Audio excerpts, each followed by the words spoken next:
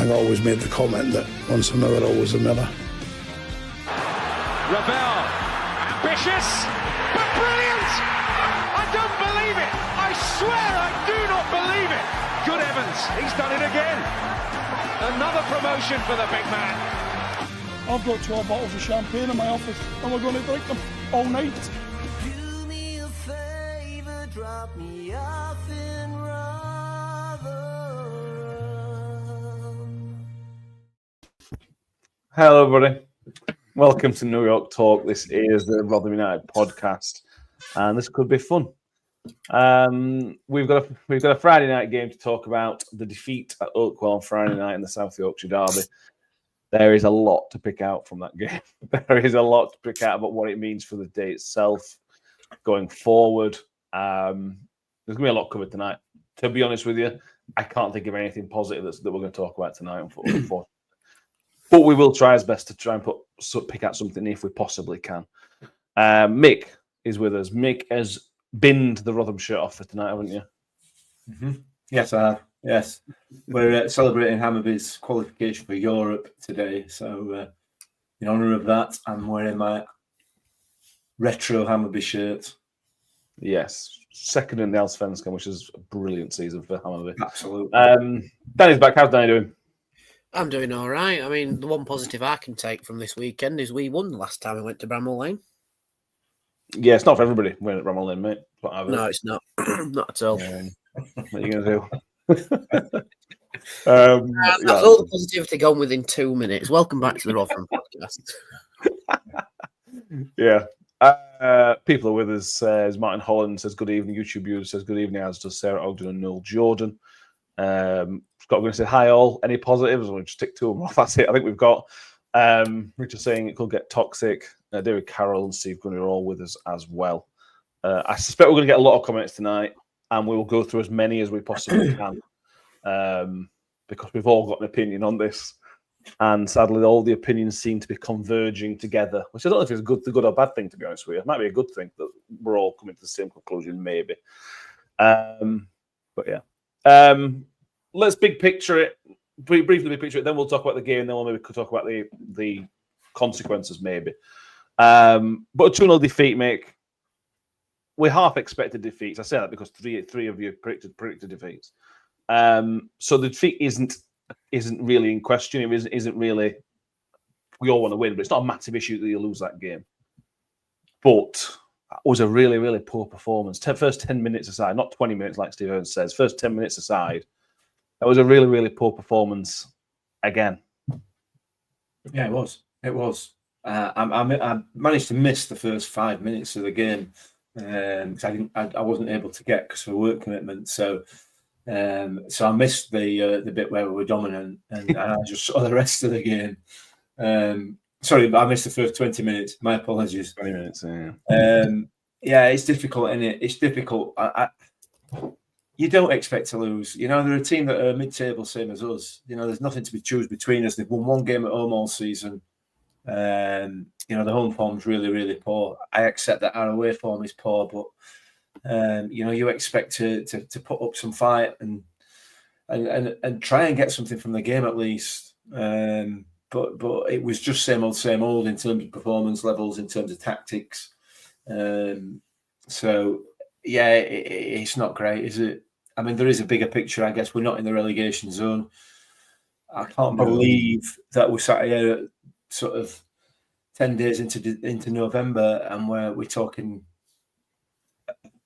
We're using the word relegation, and you know, it's kind of a relief that we're not in there yet. Whether we will be, who knows? But you know, it could go either way. We're not a million miles away from the playoffs. 7 points, something like that. I think we were anyway. Playoffs, yeah. So it's the league is still close because we're because of the stage of the season we're at, but it certainly don't feel very, very promising at the moment. And there was nothing that I could take out of that game on Friday night that made me think it's going to change. So it's a bit worrying. It's a little bit worrying. Yeah, well, had Crawley held on to their lead at home to Huddersfield, we would have been 3 points off the relegation zone. Thankfully, Huddersfield did us a favour. which again shouldn't be having to say that, but they did us a favour, and we're now 5 points off relegation. There are quite a lot of fixtures next week, relatively speaking, for the international. But I think there's 5 or 6 fixtures next week. We'll talk about that maybe Thursday. That will impact the table, impact our position to the playoffs and below as well. Danny, just give me your big picture view on the game itself. Steve Evans, we'll come on to Steve Evans specifically later. Steve Evans said we dominated for 2 20-minute periods. Did you see anything of that? No, no, not in the slightest. I mean, we had it on a football workout, and I was very graciously allowed to keep an eye on it whilst we were quite busy on a Friday night, and I took my break to go and watch it outside. And the regulars said to me, "Why have you come out here to watch it? You've been playing awful." Now, obviously, they've got a bit of Doncaster bias in them, but the 45 minutes that I managed to get, we weren't in it at all.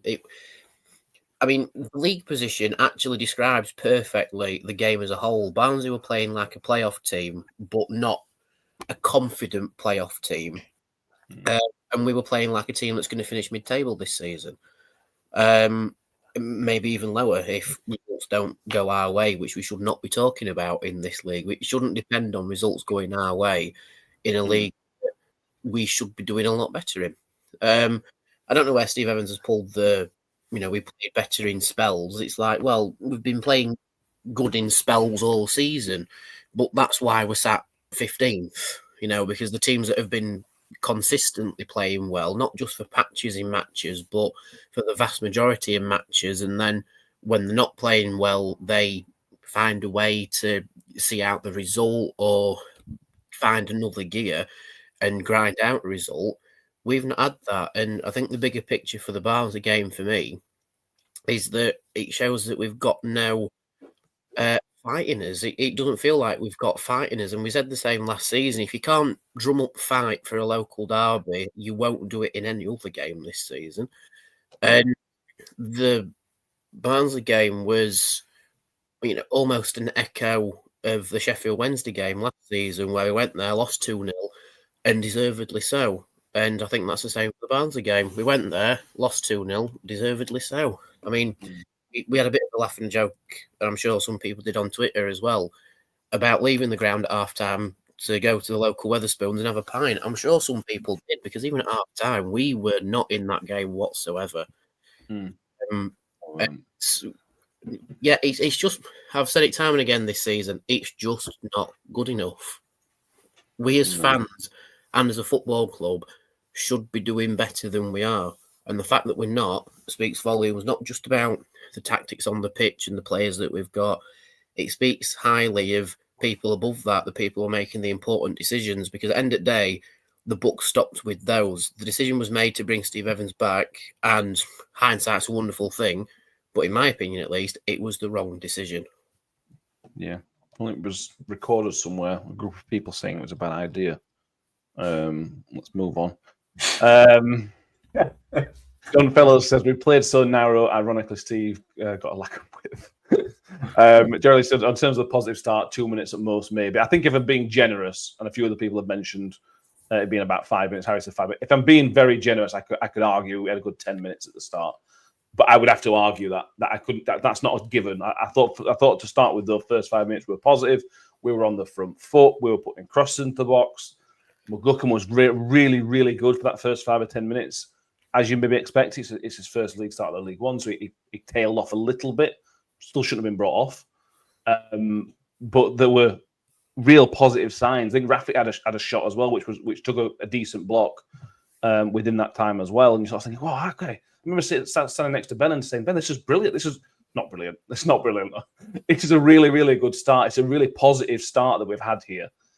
And then it's strange, because when you normally change from a good forms into a bad forms, which happens all the time, there's normally a reason for it. There's normally they get one of their players does a great tackle and the crowd get up, or one of their players creates a bit of magic, or one of our players makes a mistake, or whatever the case may be. But this just kind of seemed to gradually drop in performance until they got the goal, and then the fans turned, which we'll come on to as well. But it was really weird how quickly any positivity dropped. I think it was first round, but it was really weird how it happened. I don't really get why it went so badly so quickly. We've started off reasonably well in most games this season. To be fair, most games, you know, we seem to start off on the front foot and then just throw it away. I don't know. We basically, this is just a rerun of every other game we've played this season virtually. Well, Mike put in the comments, hasn't he? Just I don't know. I've not seen that. You know, it is just Groundhog Day, and we go back again, don't we, to the definition of insanity, doing the same thing over and over again and expecting a different result. We're not going to get a different result. We can play like this for the rest of the season, probably finish maybe just outside relegation zone, maybe just below halfway, something like that, because that's what this kind of football will arguably earn you. And I use the word earn in its loosest sense, to be honest.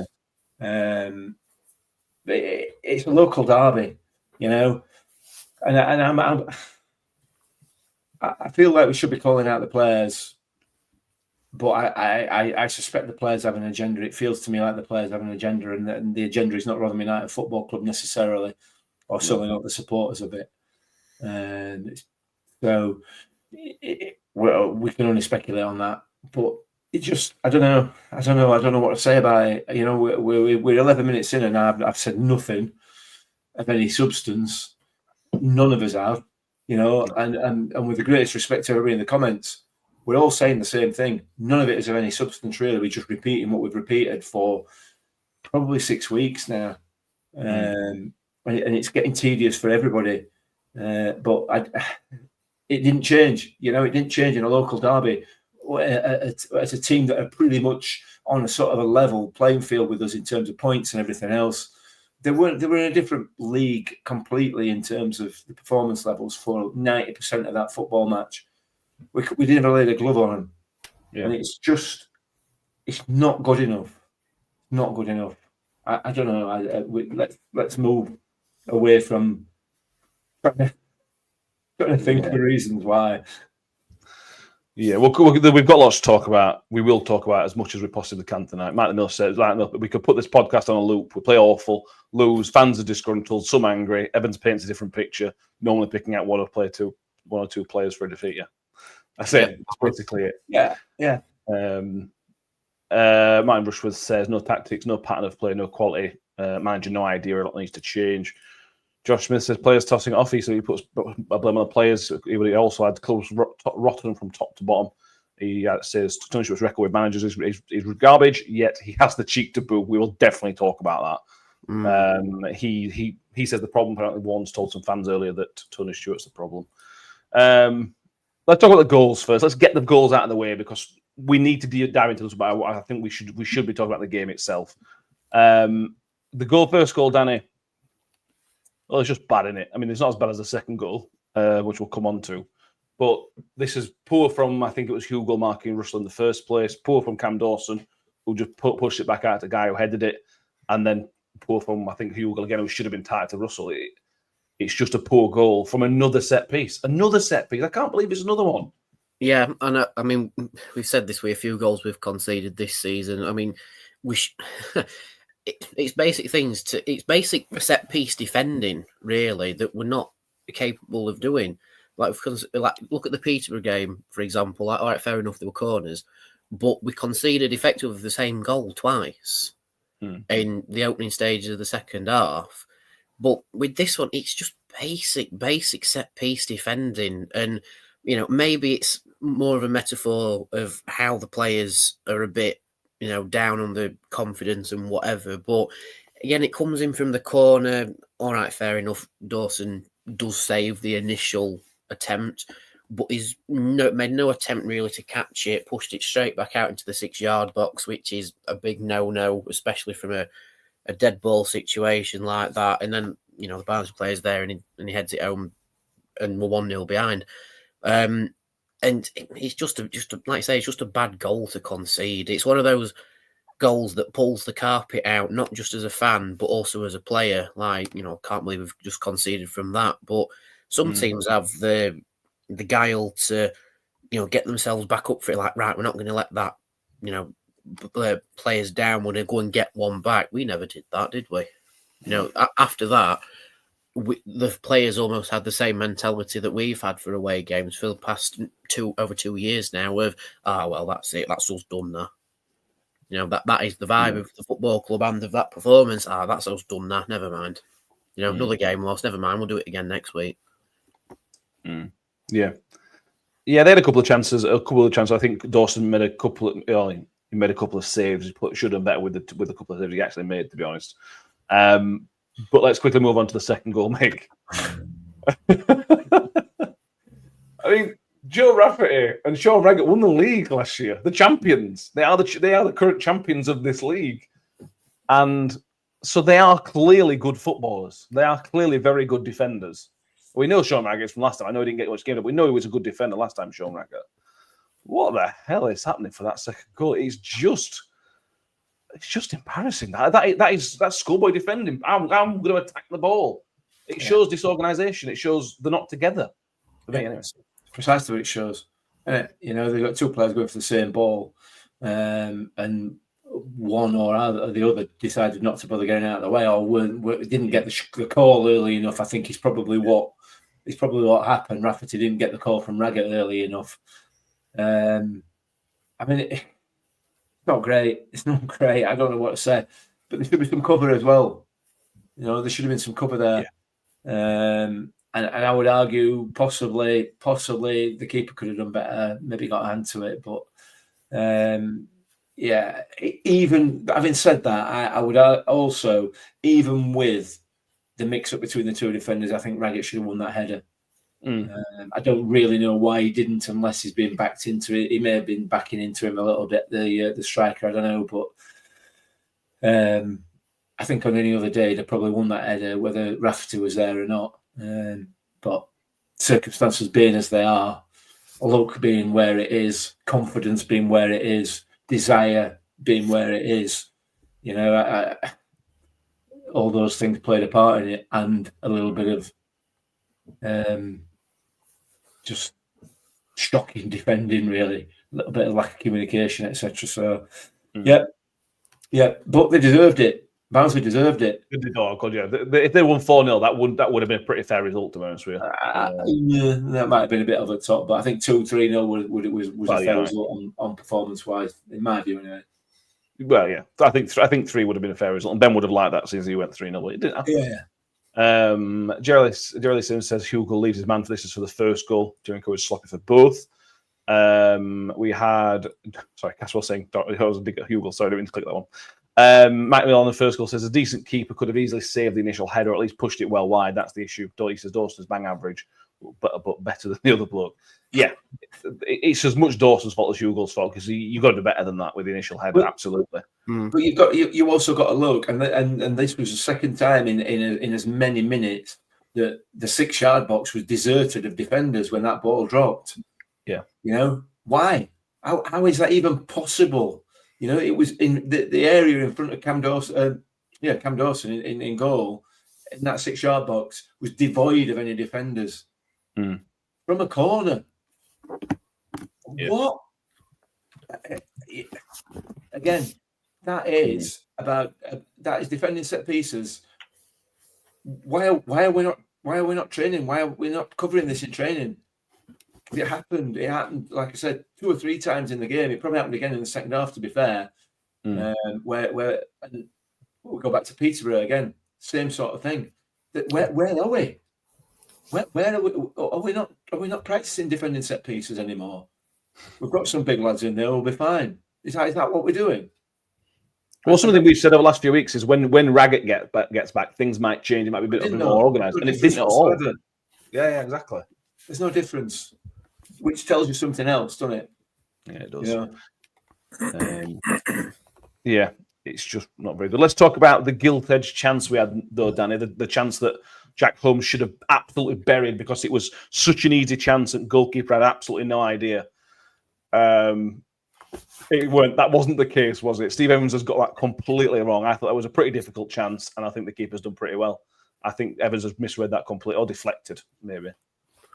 Yeah, I mean, my initial opinion of it to begin with was, oh, bless him, if the lad had more time in professional football, he would have buried it. And potentially, if he'd had another, 2 years or so in professional football, he would have done, because it's just ingrained into you.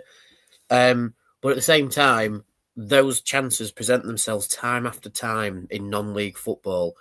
And it is a beautiful opportunity. But again, it comes down to players' confidence with how they're playing. I reckon if Jack Holmes is playing with even more confidence than he has been doing anyway, and had confidence in his teammates, he expects that ball in, 9 out of 10 times. But it's almost crept up on him because we didn't present really anything before that. And it's a fantastic opportunity. And I was as heartbroken as Jack Holmes was that he didn't bury it. But the keeper has done well. He has got across his goal very quickly for it. I don't think he knows a lot about the initial save because it's sort of just cannons off him. But, that were our chance to bring in my score prediction 2-1. And but no, I mean, that may have regained a bit of confidence in the squad, especially in Jack Holmes, because we've said over recent podcasts that he is one of the more standout performers of late, apart from the goal he gave away possession for in whichever game that was. They're all sort of mashing together now. They're all that similar. And, maybe that's why he brought McGuckin into the starting lineup as well. Nothing to lose, really, brought him in. And I thought McGuckin did really well as well. Yeah, I agree. But just to go back to what I said about the Peterborough game, where we seemed to concede the same goal twice, we nearly did that against Barnsley, but 2 of the efforts were given offside. That second offside were really close as well. Yeah, it was. I've just watched the highlights back, and it's one of those where VAR may bring in a question to it because it's a very, very tight offside call. I think the linesman gets it just right. But then their first offside goal it's from a set piece, and we don't defend it well enough. Their first offside goal is the defence getting confused, which ended up leading to their second goal that counted. So it's just it's frustrating, but I suppose there are a few shining lights in the team itself. Like you've got Jack Holmes, you've got McGuckin having his first league start. So there are highlights here and there, but you can say the same about the team as a whole. There are highlights here and there, just not enough to form a challenging team, if you like. Yeah. On the Holmes, there's RUFC saying he should have scored, as does Harry. Billy Burns said inexperience should, but it wasn't the chance. For me, it's a really tight angle, and he's done his best. All you ask from that angle is just get it on target, and he's got it on target. And I think you've got to give, like Dan mentioned, I think you've got to give keeper credit. I think keeper's done really well there. I don't think it's a gilt-edged chance. I think it's a decent chance. But yeah, I think I don't want to put a positive light on McGuckin, to be honest with you. I thought he was really, really good when he started. I was really concerned when I saw the lineup, thinking he's just thrown him in at deep end there, and you never know how these players. We've never seen him really play before. How they're going to react in a big game like this. And I thought he reacted really well, really well, McGuckin.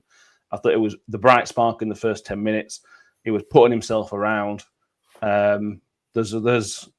He will get minutes if he stays with us and don't go out in London. He'll get minutes, and I think he'll score some goals and create chances. The fact he got brought off at half time was mind-boggling. But anyway, that's football, isn't it? We all have different opinions. Hindsight's a wonderful thing. No, it wasn't hindsight. Said this anyway. Josh Grasswell says no Wilkes, no attacking threat. Ben's right. Yeah, that was an issue. All right, let's dig in, shall we? Let's start with where we go. Kind of here, Mick. The atmosphere on Friday night was one of the most toxic atmospheres I've been involved in.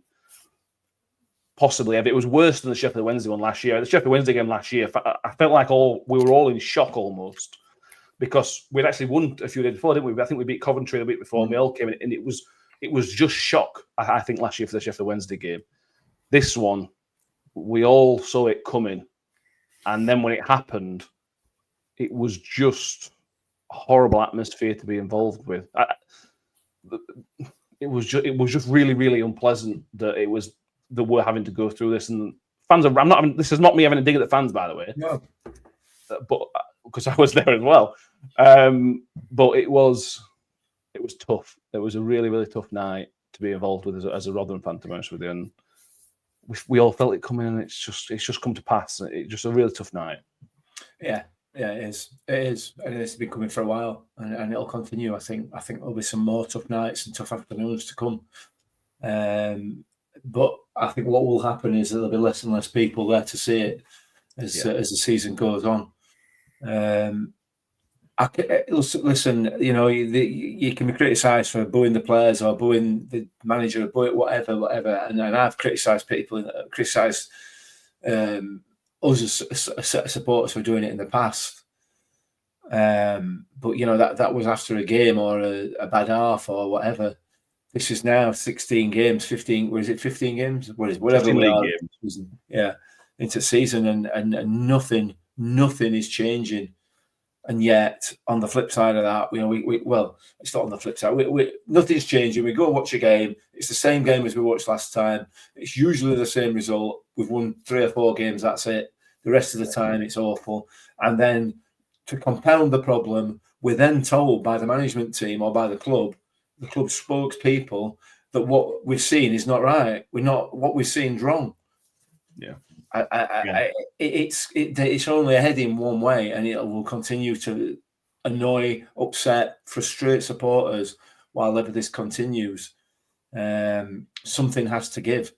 The easiest thing to give here would be for Rayner and Evans to start getting their team to play properly with some width, instead of this stupid setup that they've got, that nobody, supporters, journalists, ex-players, nobody can tell you. They're all saying the same thing. There are no tactics. There's no plan. Everybody you speak to, what we've been saying all season. So, while ever that continues, I think Friday night's atmosphere will continue. It will, and I don't want it to. Nobody wants it to. You know, nobody wants to go to a game and be so frustrated. And, you know, it is going to impact the players. I don't think this is a bad set of players. I genuinely don't. They're certainly good enough to be challenging at the top end of this division. No questions at all in my mind. None at all. There might be a couple in there that are a bit sort of League One journeyman-ish, but there's enough quality in this side to be right up there at the top.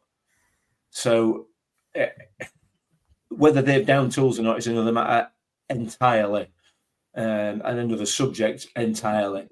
But it's going to carry on, I think, for the moment. I genuinely do. Yeah, but it is, absolutely is.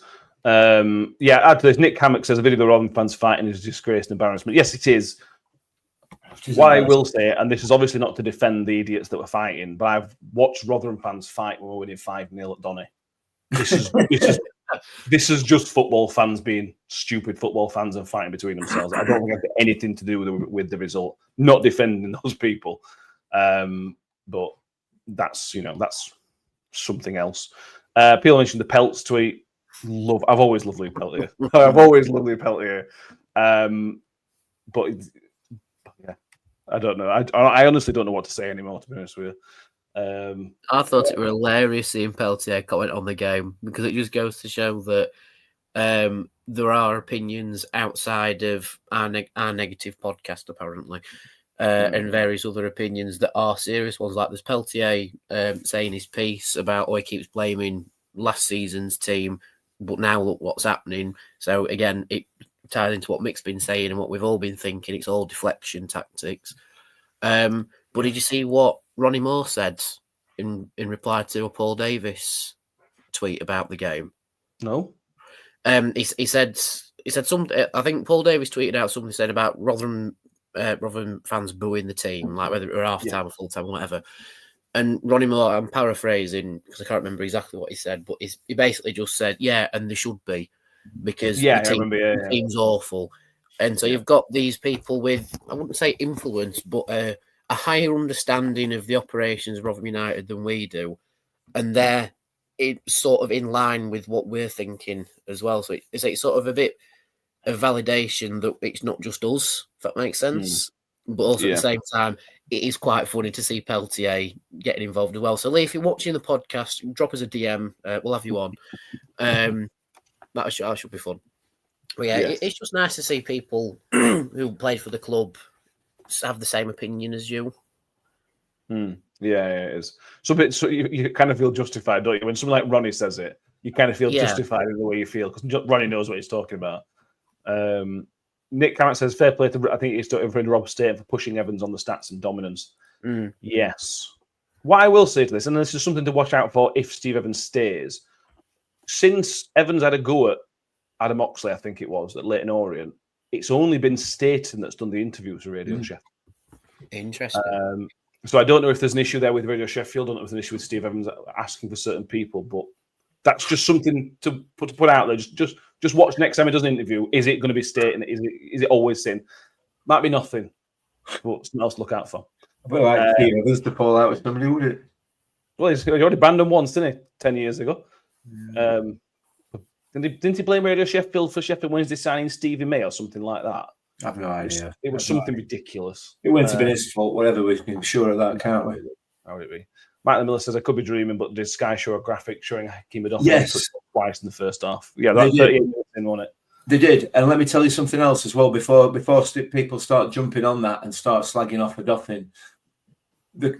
I had this conversation with my wife while we were watching the game and almost repeated immediately by the commentator who said, yeah, that is absolutely right. And I'll tell you why he's not touched the ball. He's only touched the ball twice. It's because they just keep missing him out. They won't pass to him. They just kick it over his head. And that's all that's been done. I'm not surprised at all. And I'm surprised that even Kelly or Pretty Boy or Powell even managed to get more touches. I'm amazed because they just miss them out. So it's all right, you know. Anyway, don't because I can feel I'm getting a bit tense. We've got at least another half an hour to go tonight, mate. So you're gonna stop it. Come on, let's come on. When he's got a stick to poke Mick with, just get the stick out of the way. Back on the game itself, mate, Danny, we've got to talk about Tony Stewart. There are reports that the chairman of the football club was booing his own team. How do you feel about that? Because that feels really, really, really, really bad that he can't contain his emotions for the period of the game. Bear in mind he's in charge of the whole place. It reflects really badly for me. Yeah, it's not the first time Tony Stewart's painted a poorer picture of himself in the media, is it?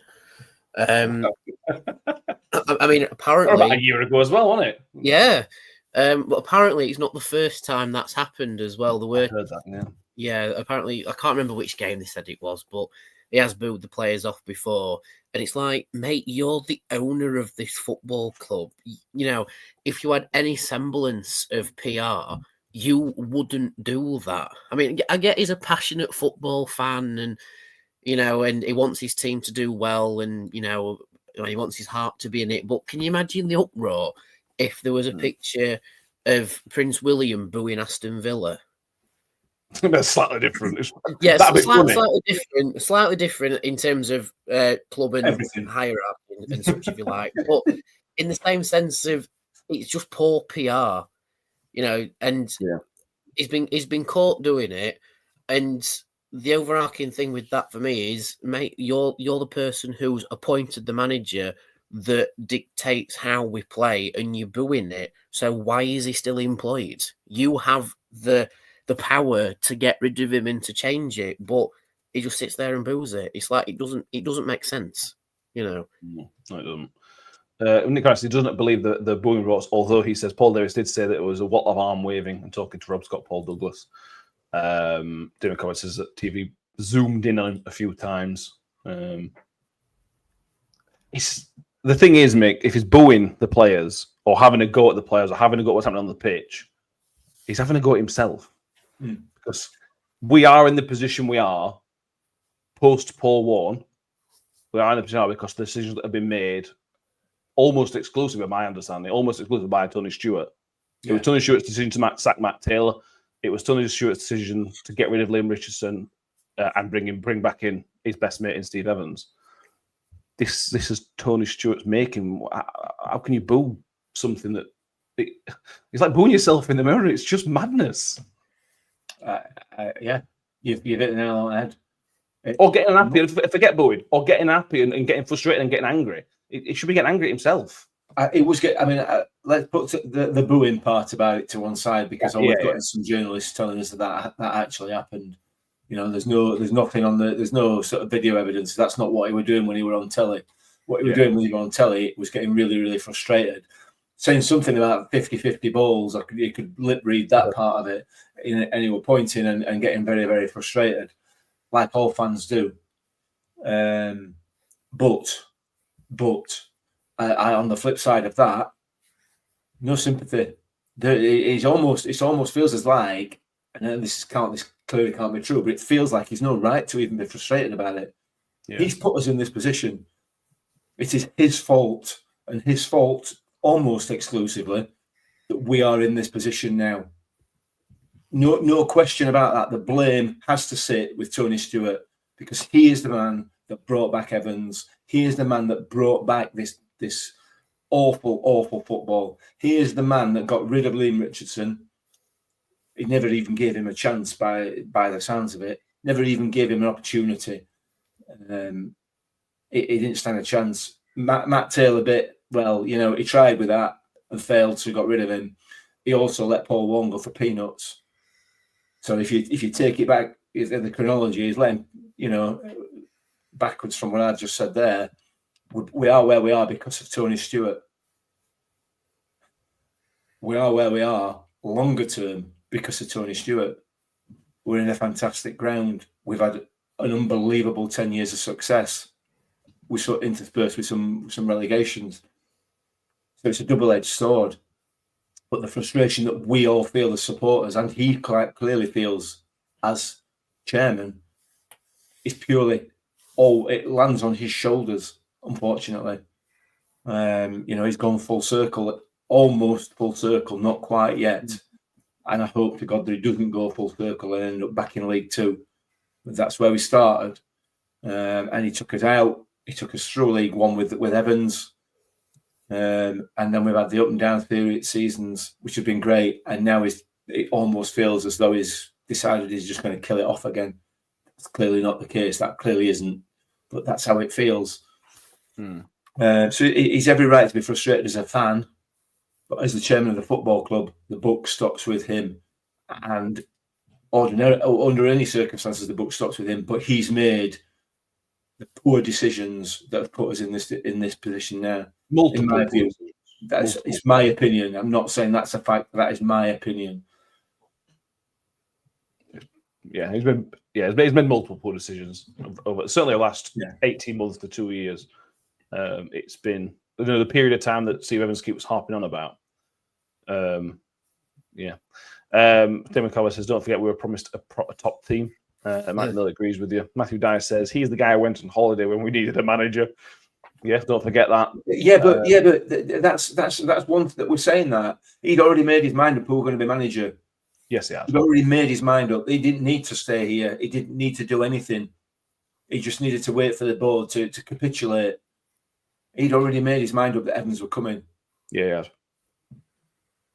Yeah, it is. Allegedly. No.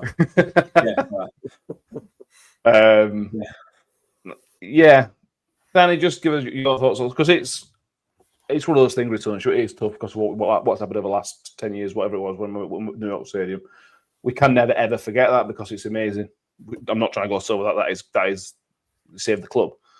Having said that, since Paul Warne left, it showed how things are behind the background. And Matt Taylor alluded to this as well when he was here. He talked about how things needed revamping behind the scenes.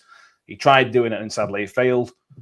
Liam Richardson came in and kind of said similar sort of things that the football club needs kind of fixing, really, almost. And we've seen that with the Liam Richardson hiring 4 weeks for that, and the Liam Richardson sacking, and what's happened over the summer. There's huge question marks over this football club in the background at the minute. Huge question marks. Yeah, it's sort of shown us how good of a job Paul Warne actually did behind the scenes with running things. Because if he was on such a a short leash with false promises and budget and whatever, as we are led to believe that he was, to have us as one of the best League One teams, but not quite good enough for the Championship, is a bloody good effort. And now look at him, he's 12th with Derby in the Championship, I think. And I think it's also shown that Matt Taylor and Liam Richardson had the hearts in the right place, but they didn't have the what's the word for it? They didn't have the support from Tony Stewart himself to actually fix things. It sort of comes down to you can only fix something as much as it wants to be fixed. You know, it's a bit like with people in that sense. You can only help people as much as they want to be helped. And maybe they came in wanting to help the football club build it up as a stable team in the Championship, or, you know, potentially go back down to League One, rebuild, and then go again. But it sort of comes across that Tony Stewart didn't want that because it would mean him surrendering a bit of control of things. And the reason potentially that he brought Steve Evans in was that he got to keep his control of everything, and Evans would do exactly what he said because he's his mate, and hopefully everything else works out hunky-dory with it. But now that it hasn't, and fans have, you know, sort of the expectation from the Paul Warne years of doing well in League One and being one of the better teams, but now that we're not, it's exposed everything else that isn't working properly or isn't as good as it could be, and the fans are directing their frustration of not being competitive to Steve Evans, rightly so, because his football's poor, but also to Tony Stewart for not having the forward thinking of taking us to the next level. Don't get me wrong, we will always remember Tony Stewart for being the bloke who saved the club and brought us back to Rotherham and built us New York Stadium. That is cemented in history. That is a fact, right? But those things don't last forever. I forget his name, but the guy who bought Chelsea for £1 in 1982 when they were a second division club after just getting back. Yeah. Yeah. Chelsea eventually went back to the first division. All right, they needed a Russian oligarch to help them along the way, don't get me wrong. But they always need the first person to get the club up and running again. You know, and that person helped Chelsea. He might have been a dodgy bloke, I don't really know. He was a bit dodgy, yeah. But again, you need that one figurehead to get the ball rolling, but it sort of takes somebody else to lead it in the right direction. And I think he's getting to that point. We need the person to lead Rotherham off to the next stage of the football club, whatever that may be. Tony Stewart's got his legacy now. Just don't destroy it. And he's on the precipice of destroying it now. He is. Well, you look at social media. All you need to do is look at social media and see people are. But what I would say is I don't recall any songs towards Tony Stewart on Friday. So if there is a movement towards and against Tony Stewart, that didn't come out in songs on Friday, which is interesting. People are looking at the here and now, aren't they? And the issue still stands that you know how blatantly bad the coaching and the tactics of this team are. It overshadows anything else because it's like it's low hanging fruit, isn't it? You know, it's just so easy. So yeah, I don't know. It's interesting, you know. I'd like. I don't know whether you're going to talk about. Well, let's wait. I'll wait. I've got a couple more things that I'm sure you're going to go on to his post match. So let's talk about that. Yeah. Let's see a few things on Nick Carrick says. What do you think we need in terms of revamping off the field? It's not as simple as funds, which we don't have. The training grounds issue, but investment made in the summer. Investment for the pitch, yeah. But we've had 2 managers in a row before Steve Evans tell us that the training ground's not up to scratch. Well, either them two are right or Steve Evans is right. Now, I'll let you guess which one I trust more, Matt Taylor, Liam Richardson or Steve Evans. But that tells me everything we need to know. This guy's been brought in to back up Tony Stewart.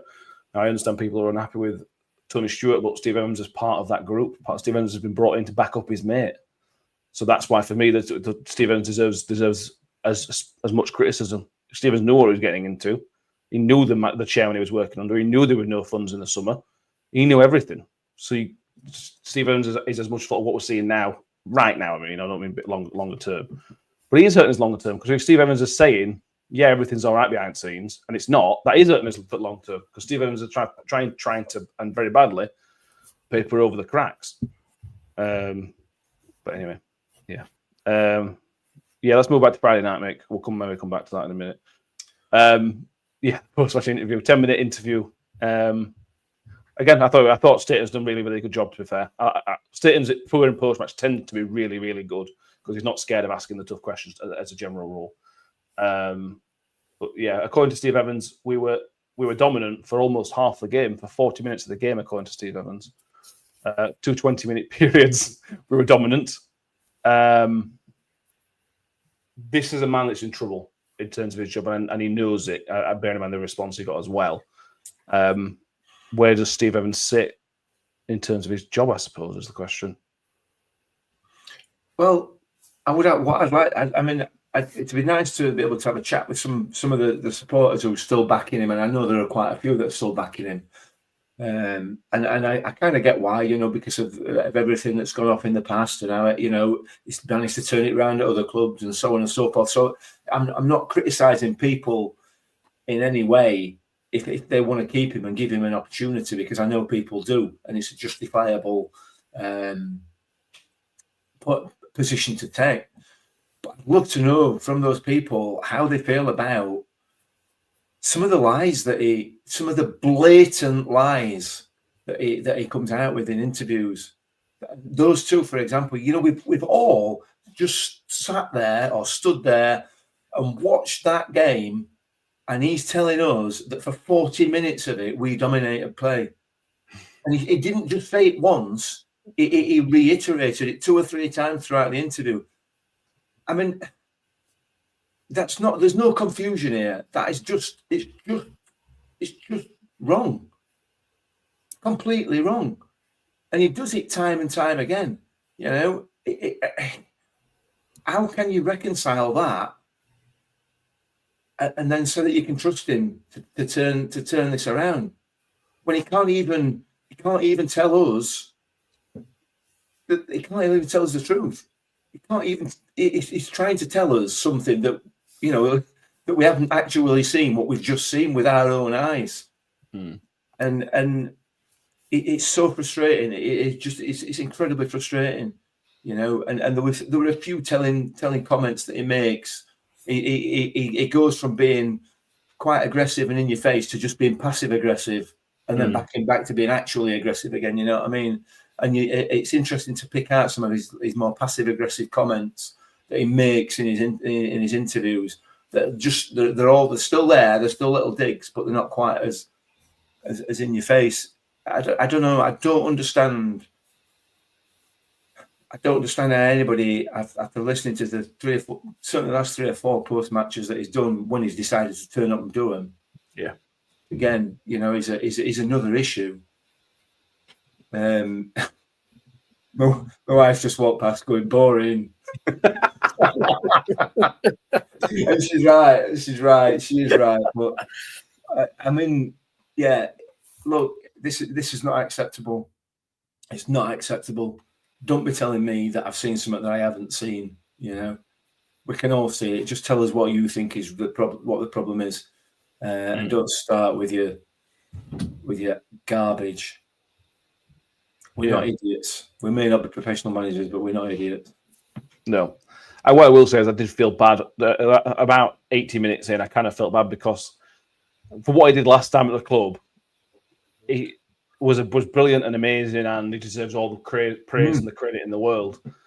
And he's brought himself back into this situation. This is his own doing, but this might be, I hope it's not, but this is going to be a lot about what he gets remembered for is this disaster. And it's not just quite bad.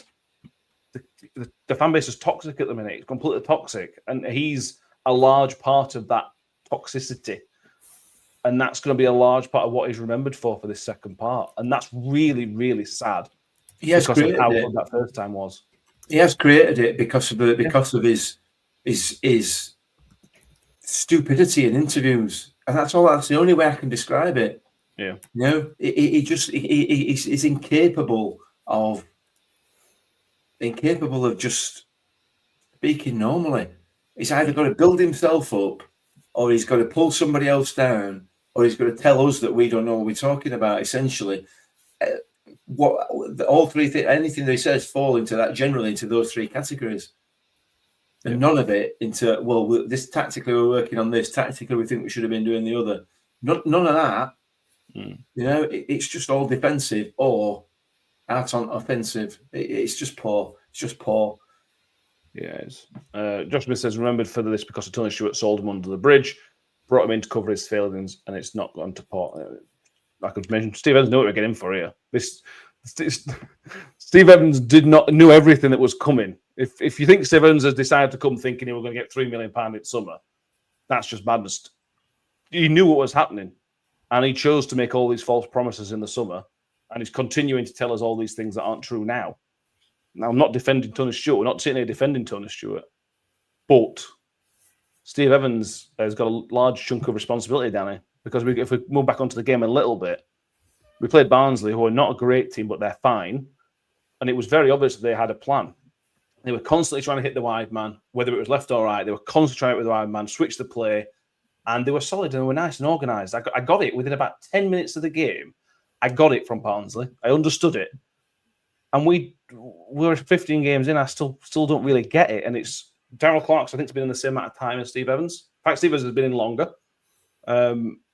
He's got to take a huge amount of responsibility for what we're seeing on the pitch at the minute. Not all of it, but a huge part of it. Yeah, definitely. I think probably 70-80% worth of it, because the football club as a whole will be judged on how it performs on the pitch. And in my opinion, rightly so. I mean, there are some football clubs in this country that are run absolutely horrifically, but because they do all right on the pitch, it sort of gets forgotten about a little bit. But because we're doing poorly, it all comes to the surface. But you've just hit the nail on the head there. Barnes look like they have a plan. They've got a way of playing. They've got a plan A, plan B, plan C.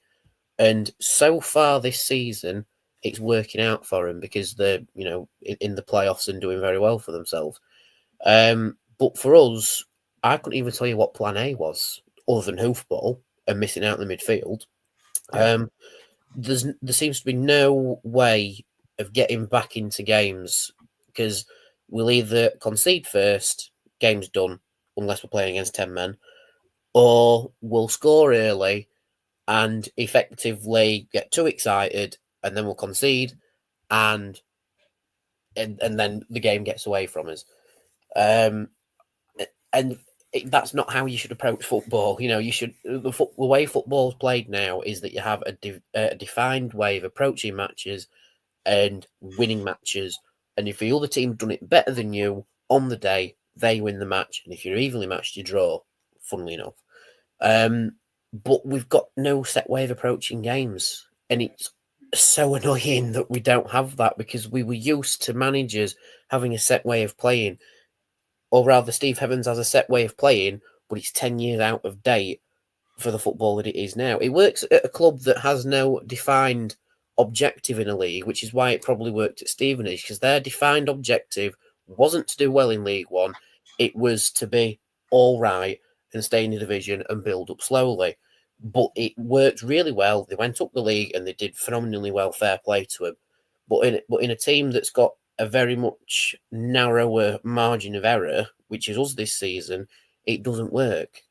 And that's why his football isn't working. And we need the change. We need someone with a defined approach to football that will suit us as a football club. I don't think Matt Taylor's way suited it, or rather it didn't suit Tony Stewart's way of running things. What does? And the same with Liam Richardson. It's a very fine margin to getting a manager in, but that's why, like you say, the majority of it stops with Steve Evans, but there is that sprinkling from the background, which is also why it isn't working, which is why in the comments we've seen it a lot tonight. Who do we get in if we get rid of Steve Evans? Exactly, I don't know, because it'd have to be someone that appeases Tony Stewart, appeases the board, and appeases the fans. And it sounds like we're asking for golden goose, which we'll probably never find unless we give Paul Warne a golden Mercedes to come back to us. Yeah. Scott Kent said the telling point is him saying the players have taken it upon themselves to change the way that we are playing. That says to me that he's lost the dressing room. It says something else as well. That was weird. That I don't know why he said that. To be honest with you, what does it tell you, mate? Oh, at least somebody is. At least somebody's trying to change the way they play because the manager isn't. True. And it's patently obvious to a 2-year-old who's never seen football before that eventually something has to change. This is not working. We need to change the way that we're playing. The players have realised it. The players have recognised that. Unfortunately, the management team don't seem to. We can't carry on playing like this. We carry on playing like this, we're going to be in the bottom half of the table, possibly even fighting off relegation. That's what's going to happen.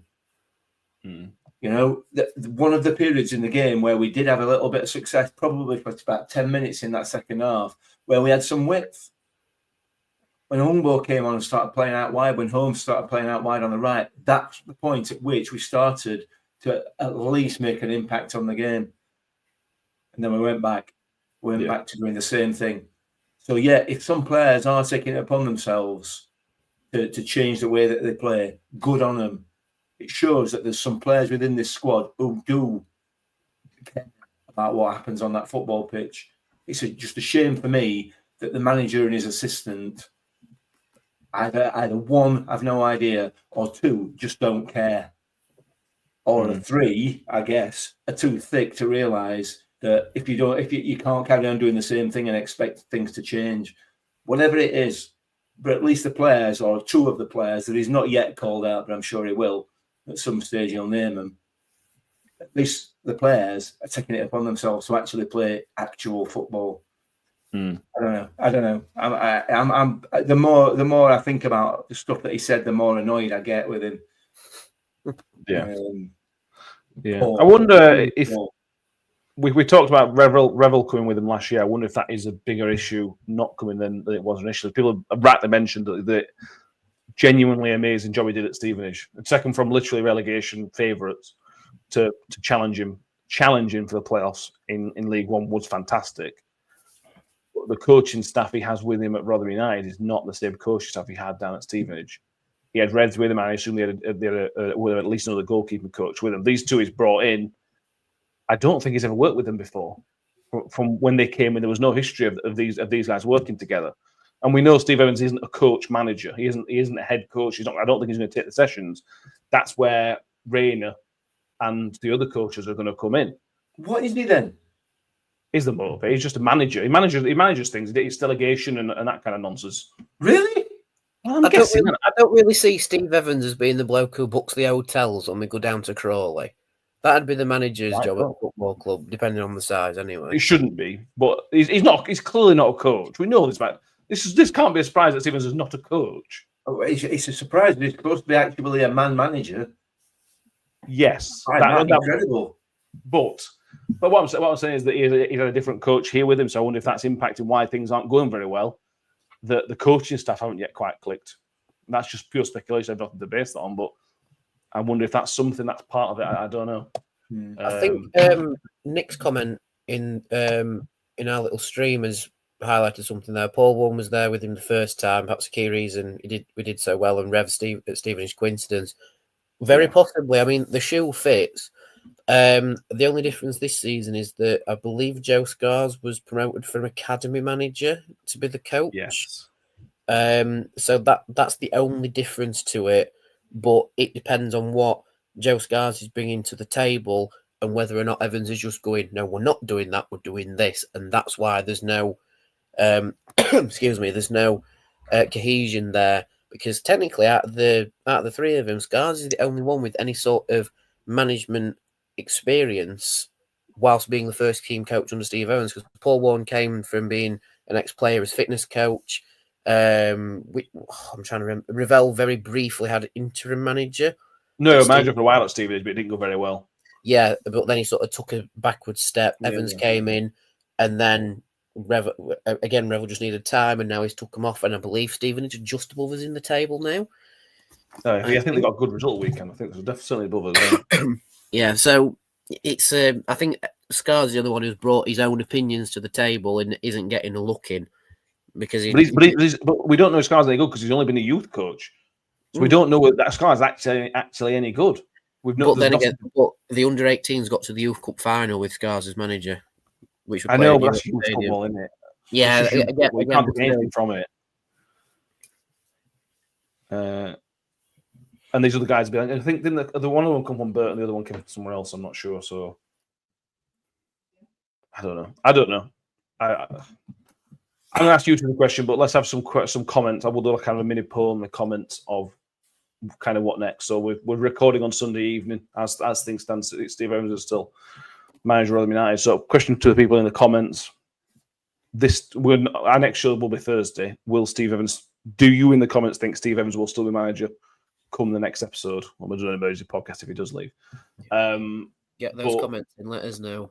Yeah, so you just quick yes or no. Will Steve Evans still be in a few days' time? Mick, what do you want to happen? And then what do you think will happen? I don't know, and I don't know. Well, that's useless to me, isn't it? Yeah, I mean, what the reality of it is, Stuart won't sack him. I don't see Stuart sacking him because I don't see Tony Stewart admitting that he's made a mistake. I just don't think he will. I don't think that Evans is capable enough to get us out of this division. I don't think he should be here. Do I want him sacked though? Well, if Tony Stewart's in charge, it's a really tough question. It's not a yes or it's not a yes or no answer, is it? Because what's going to happen? Nothing's going to change. And this is we've talked about this previously on this podcast. You know, if Evans goes, let's say he walks away tomorrow, or Tony Stewart sacks him tomorrow, or whatever, what's going to change? You know, Liam Richardson, Matt Taylor, somebody of a similar ilk comes in. They've got no backing, they've got no money, they've got nothing. All they've got is to work with is what we've actually got at the moment. I can't see anybody doing that. I can't see anybody taking that job on, and I'm sure that will be in the board's mind as well, unless they've got somebody lined up. So I don't think he will get sacked now. Is my answer. What was the other question? Hey, do you want him to go? Do you think? Yes, I want him to go. I want him out of my club. Absolutely, I want him out of my club. I never wanted him in it in the first place. I think I made that abundantly clear. You don't like Steve Evans? Really? I mean, obviously, all this sitting on fence for all these months has obviously confused you a little bit, but I didn't want him here in the first place. And I understand why some people did. I understand fully why some people still want him here. It's my personal opinion. I didn't want him here, and I want him out. But then there has to be a but, and the but is what I've just said there. God only knows what happens if he does, if he leaves, and I think he knows that as well. The vast majority of the comments are saying that they think he will be here, but RUFC says he will be gone. Jerry Simpson says he thinks he won't be here. I think Crabtree just hopefully not, as does Alex Mystery. Nick Kimmett, Nick Kimmett thinks he'll still be here, but he thinks the Bradford game could be important, if not the Crawley game. Josh Smith says no point changing the management. Stewart's still in charge. Yeah, I hate to agree, but I don't see any changing while Tony Stewart's here. It needs to be a match made in heaven, as in Paul Warne type again. But that's how many managers have we had? 1 in 10, a 1 in 10 kind of appointment that we've kind of had so far. Nick Newsom says Stewart's ego is bigger than Evans, and that takes something. Pam asking, does Tony Stewart need to step down? Well, yeah, possibly. It's not as easy as that, though, is it? No. It's the ownership of the business, which is slightly different than sacking a manager. Danny, just give us yours. What do you think? What do you want to happen first off, and then what do you think will happen? What I want to happen is to wake up Monday morning before work and see a corner flag on Twitter saying Steve Evans has resigned his position as Rotherham manager. And then in the next couple of weeks, we appoint someone. I know it's not going to happen because of how tight our budget can be, but someone like Schumacher, someone like Damien Duff from Shelburne in Ireland. Probably not Mark Robbins because of the whole shuffling off to Barnsley debacle, which I imagine some people are still quite bitter Also, about. we're in League One and he's a great manager.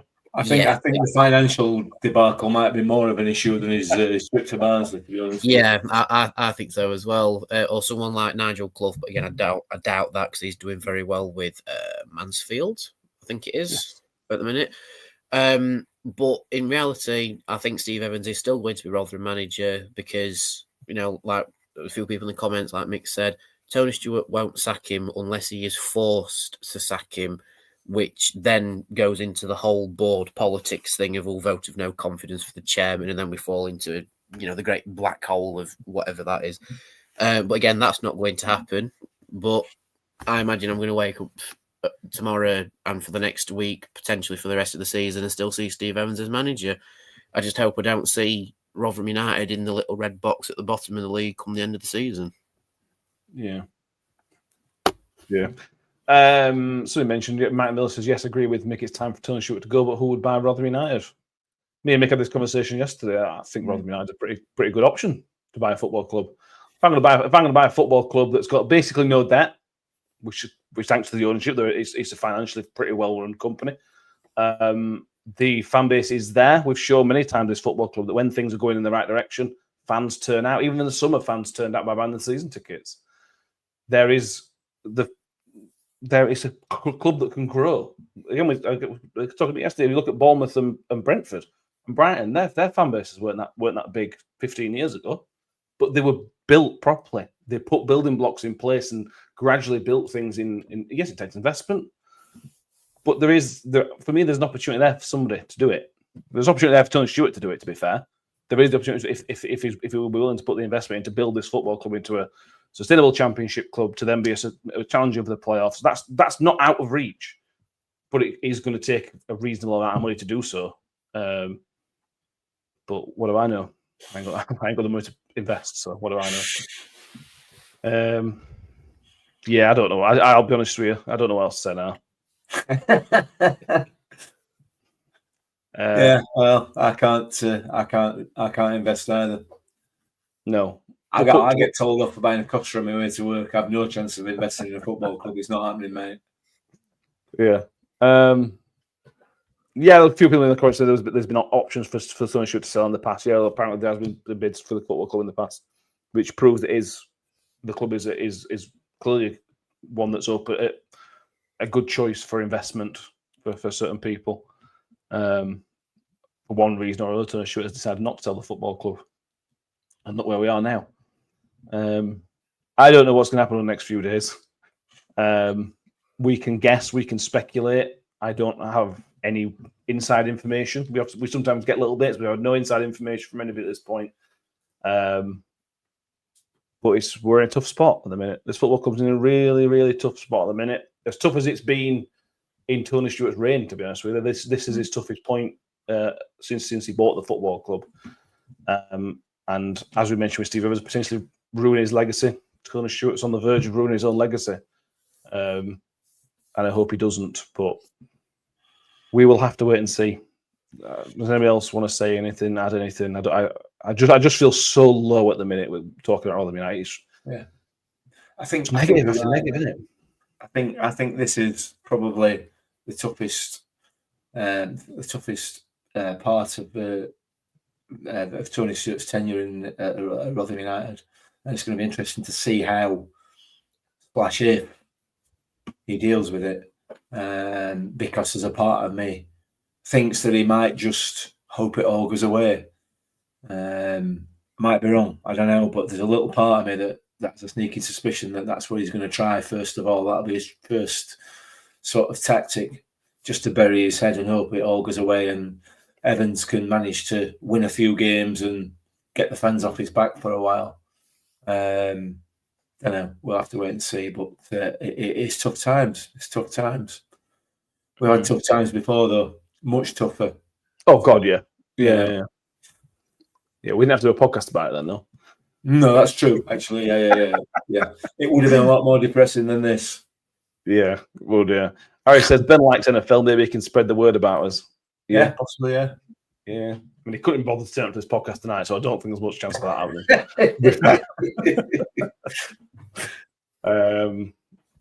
Danny, anything else you'd like to add as a closing comment? Is Danny there? Have I lost Danny?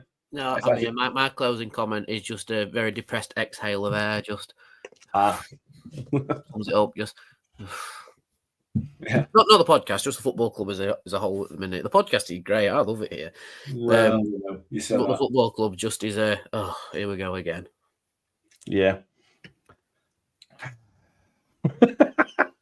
Right, we will be back on Thursday. So Thursday, we've done the fan show a few times. This is a time of the football in terms of Rotherham United where everybody has opinions, as we've seen in the show in the comments tonight, and you've seen on social media. If you want to come on the show Thursday, reach out to us, and we'll try and get some slots booked in, and we'll try and organise it a bit better than we have in the last one. This show's never been about us on here, really. Obviously, it's because we talk. But it's been a show to get us all talking, as everybody's done in the comments as well. So if anybody wants to come on Thursday, let us know. Send us a DM, or I've put a message on the Discord group if anybody wants to go through there as well. Sunday, we will be doing the mailbag episode. We have 2 or 3 mailbag questions in already. A few more than that, actually. But if you want any mailbag questions, and send an email, rufcpod@gmail.com, or our DMs are always open on Twitter or X. You can always send us a direct message through there. What else am I going to say? Oh, if there is news, if we are on standby for an emergency podcast. Now, that's not really based on anything, any inside information, as I mentioned a moment ago, but we are on standby. So if something does happen, if news does break over the next week, there will be a show on that day, evening time, depending on where we are in our lives. If anyone from the board is watching this podcast, if there is a special announcement to be made, can we not do it on Monday or Friday because I'm at work? Yeah, Monday'd be a bad day. I mean, if you are watching, Tony, Monday's a bad day for me as well. Popping out for a beer after work, so I could perhaps Tuesday be better. Just saying. No, I think if you're going out for a beer, Monday will be better because we'll do it after you've got back. I hope to hear in Baby Guinness. Yeah. Well, if you're watching, come on. You can come on the podcast. Come and talk to us. We'll have a conversation with anybody at club about what's happening at the minute.